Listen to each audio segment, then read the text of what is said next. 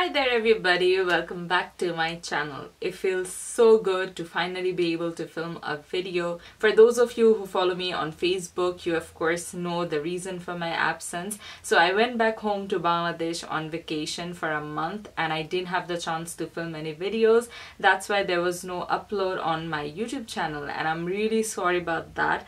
But now I'm back and I'm all ready to start filming more videos and upload regularly. So for today's video, I wanted to do kind of like a chit chat, get ready with me sort of a video, because I have a few products, new products that I haven't tried it out yet. So it's gonna be kind of like my first impression as well. So yeah, I hope you enjoy this video and now let's get started. So I've already moisturized my face and I have my lip balm on. For my primer, I want to try out this Kat Von D Lock-It Featherweight Primer. The sample that I got a few months back, I guess. I never got the chance to try it out. So I'm just gonna try it today. So I'm applying a little bit all over my face. Oh, it feels really light. I like that. But I'm not really a big fan of the smell. So it kind of gets a little sticky as you start to blend it in. I'm not really sure how I feel about that. Although I know primers that tend to get a little sticky holds on to the foundation really well, but I don't really know if I'm a big fan of that. Now for my foundation today, I'm going to be using this Milani Conceal Perfect 2-in-1 foundation plus concealer. I'm in the shade 04 Medium Beige. I've already tried it out once and I quite liked it. I tried it back in Bangladesh and it's really hot and humid there right now. And it worked really well. I didn't use a primer or anything, just the foundation on its own, and it stayed for the whole day. It didn't budge, it didn't cake up, it looked really good. So I'm really excited to try it out again, and this time with a primer. So let's see if it makes any difference. So I'm just gonna squeeze out one pump because it is kind of thick. It has this moussey sort of a consistency. So I'm just gonna dot it all over my face with my finger. The foundation is quite thick and it has a lot of coverage. I would say it's medium to full coverage. Like one pump I feel is more than enough for me. So to blend it out, I have two new products that I haven't tried out yet. The first one is this Silicone Blender that I received I guess a few months back and I still haven't tried it. And the other one is this silicone makeup sponge. Both of these I got to try out. I didn't buy them. And I believe I have a discount code for this one, for the silicone sponge. I would put the discount code down below in the description box. So this is how the sponge looks. It feels really squishy and soft. I really like it. I don't know how well it's gonna blend out the foundation, but it feels really good. And the silicone blenders, I actually received two from them. This one is, I think they both are the same, it's just in different colors. This is kind of like a light pink and this is white.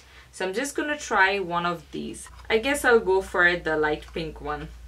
So the first good thing is that you don't need to wet these things, and that's like one mistake that I would do all the time. I would sit to do my makeup and I'll just forget to dampen my beauty blender. So I'm really glad that I don't have to worry about that with these ones. So I'm gonna start off with this sponge first and apply it on the right side of my face. So let's just see how it works.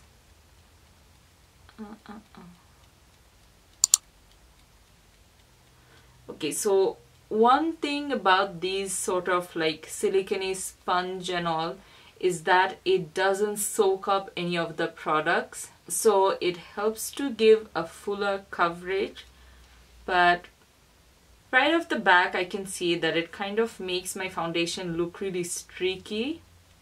Like I can see the strokes that I'm making. It doesn't really make my foundation look flawless.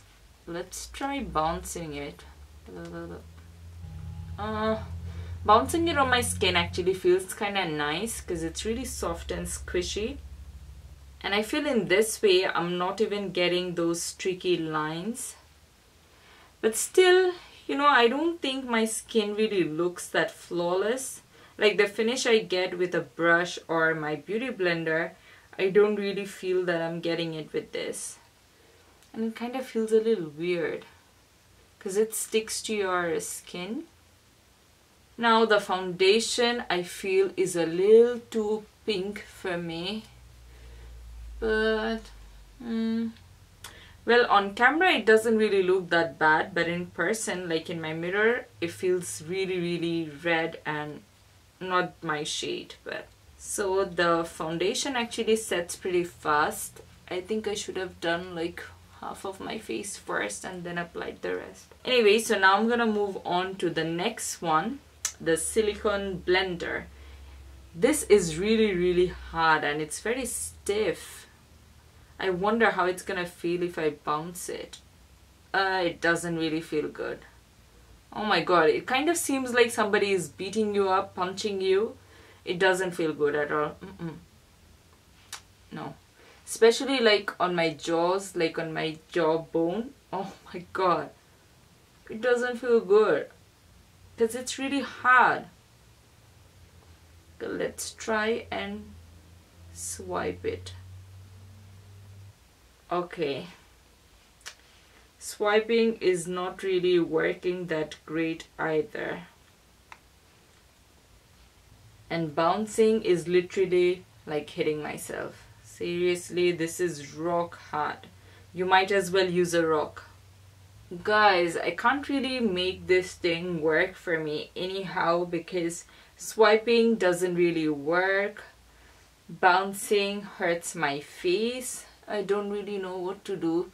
I don't understand. Okay, I can get the concept that they tried to create like this, a silicone version of it, but it should have been much softer like this one. Well, I'm not liking this at all. I really don't understand the reason behind it. I mean, I can get it. It's not gonna soak up any product. It's gonna be easier to wash.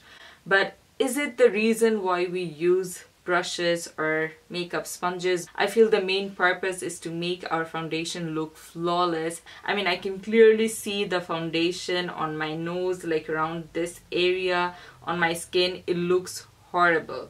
It really looks horrible. I don't think I would go out of the house looking like this. I'm really sorry, although I received it for free. And these ones, let me just see, how much are they? They're not really that cheap. I don't exactly remember how much these are. I would put it up right here somewhere.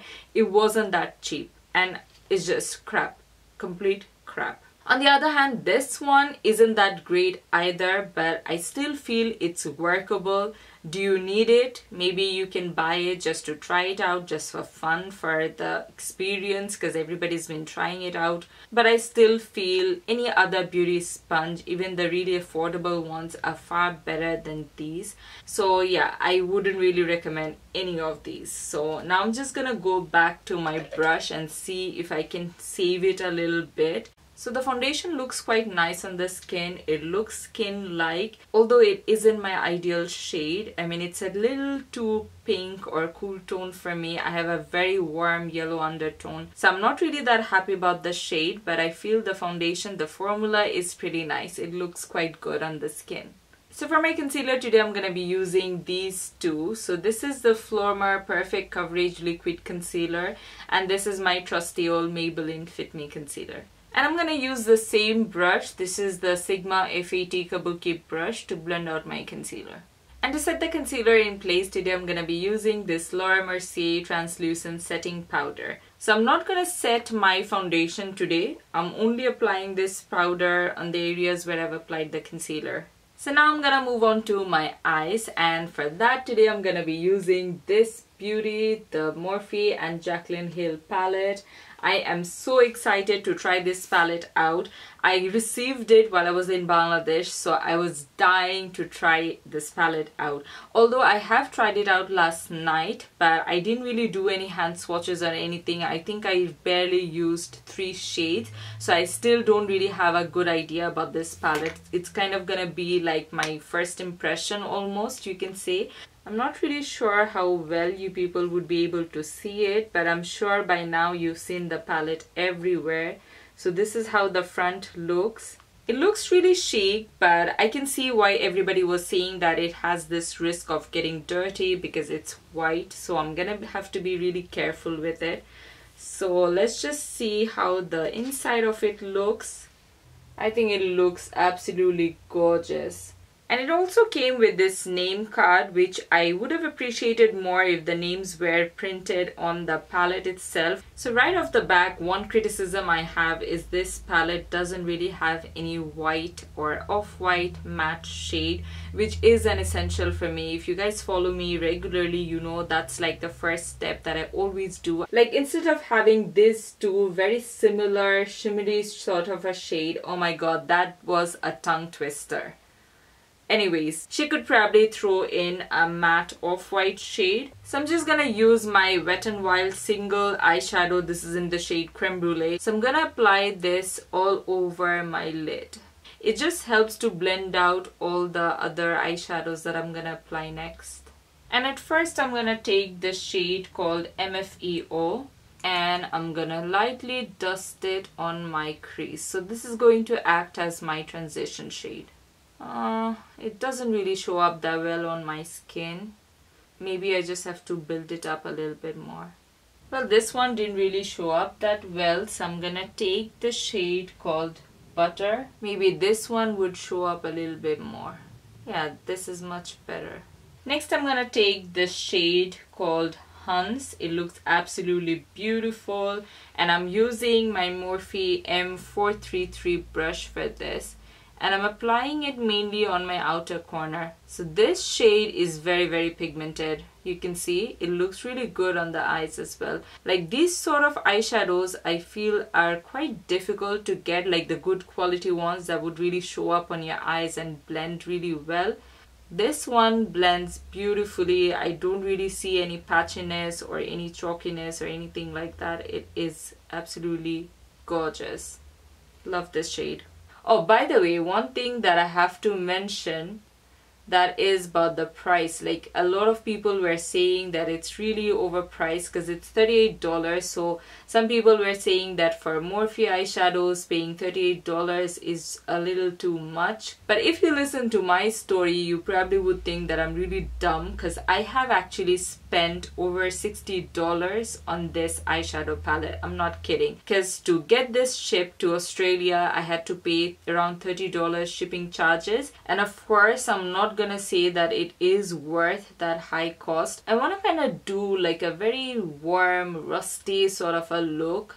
Something that Jaclyn is really famous for. She loves her warm colors, and this palette surely has a wide selection of them. Okay, then to deepen up my outer corner, I'm gonna use the shade called Jax. So I'm gonna apply it mainly on my outer corner to create some definition. Oh my god, it is so beautiful. I absolutely love this shade, and I think it looks really beautiful on top of the first shade, which was called Hans. So I want to deepen my outer corner a little bit more. So I'm gonna take the shade called Central Park. I'm just applying it on my outer corner. That's it. One thing I must mention, these eyeshadows don't really have any fallout, although I always tap off the excess from the brush. But even then, some eyeshadows would have a little bit of fallout, especially like these bright shades. But these ones don't. Maybe a little bit of the black as well. Why not? When we have so many shades, why not put them all? Okay, so now for my lid shade, I want to use something shimmery. So I think I'm going to go with this shade called Hillster. And I'm going to use my finger for this. And this is what I always usually do. And Jaclyn has also suggested using fingers for the shimmery shades. And I know a lot of people have complained about it, but I don't really mind because this is what I do anyways. I love using my finger for the shimmery lid shades because I think it gives the best color payoff. Then on top, I'm gonna use the shade called Queen, and again I'm using my finger for it, and I'm mainly gonna apply it on my inner corner and kind of like the 1/3 of my eyelid. Now the shimmery shades are very soft, they are very pigmented, They work really well, they look good on the eyes, although I haven't really done any finger swatching or anything, so I can't really tell how that works. But on the eyes they look absolutely gorgeous. But one thing I have to say, like the swatches and all that I've seen all over the internet, they looked kind of metallic and foiled, kind of like the Makeup Geek foiled eyeshadows. But to me, they don't really feel that way. I mean, they are like any other shimmery eyeshadows that you can find in the Morphe palettes or any other palettes. They kind of look and work like that. They don't have that wet feeling that foil shadows have. This being said, I've only used like a handful of shades. I haven't really played with the rest of them, so can't really tell. Maybe the other ones have a different finishing, or maybe like that wet foil finish that I was hoping for. But nevertheless, they look absolutely gorgeous, and that's all that matters. So I'm quickly gonna line my waterline, and I'm using this Alix Avien eyeliner. And to smoke on my lower lash line, at first I'm going to use the shade Jax with a Coastal Scent smudging brush. I'm really going to smoke it out and bring it down. Okay, so now I'm going to line my eyes, and for that I'm using my NYC Matte Liquid Liner. I'm going to create a very thin line close to my lashes and a small wing as well. And I'm going to apply a bit of my L'Oreal False Fiber Lashes Mascara on both my top and bottom lashes. Oh, I forgot to apply my inner corner highlight. So for that, I'm gonna use the shade called Beam with a Morphe M124 brush. And I'm gonna apply it right on my tear duct. So I've already filled in my brows off camera because I know that's really boring to watch, and I've also put on a pair of falsies. Okay, so what happened was the video just got way too long, so I had to cut off the part where I showed my contour, blush and highlight. So yep. And for my lipstick today, I'm using MAC Whirl. Just to deepen it up a little bit more, I'm gonna use Jands lipstick pen. This is in the shade Baridhara. And to finish everything off, I'm gonna use MAC Fix Plus. So this is the finished look, guys. I hope you enjoyed watching this video, and if you did, then please don't forget to give me a thumbs up and share this video with your friends and family so that I can reach more people. So until next time, take care and bye-bye.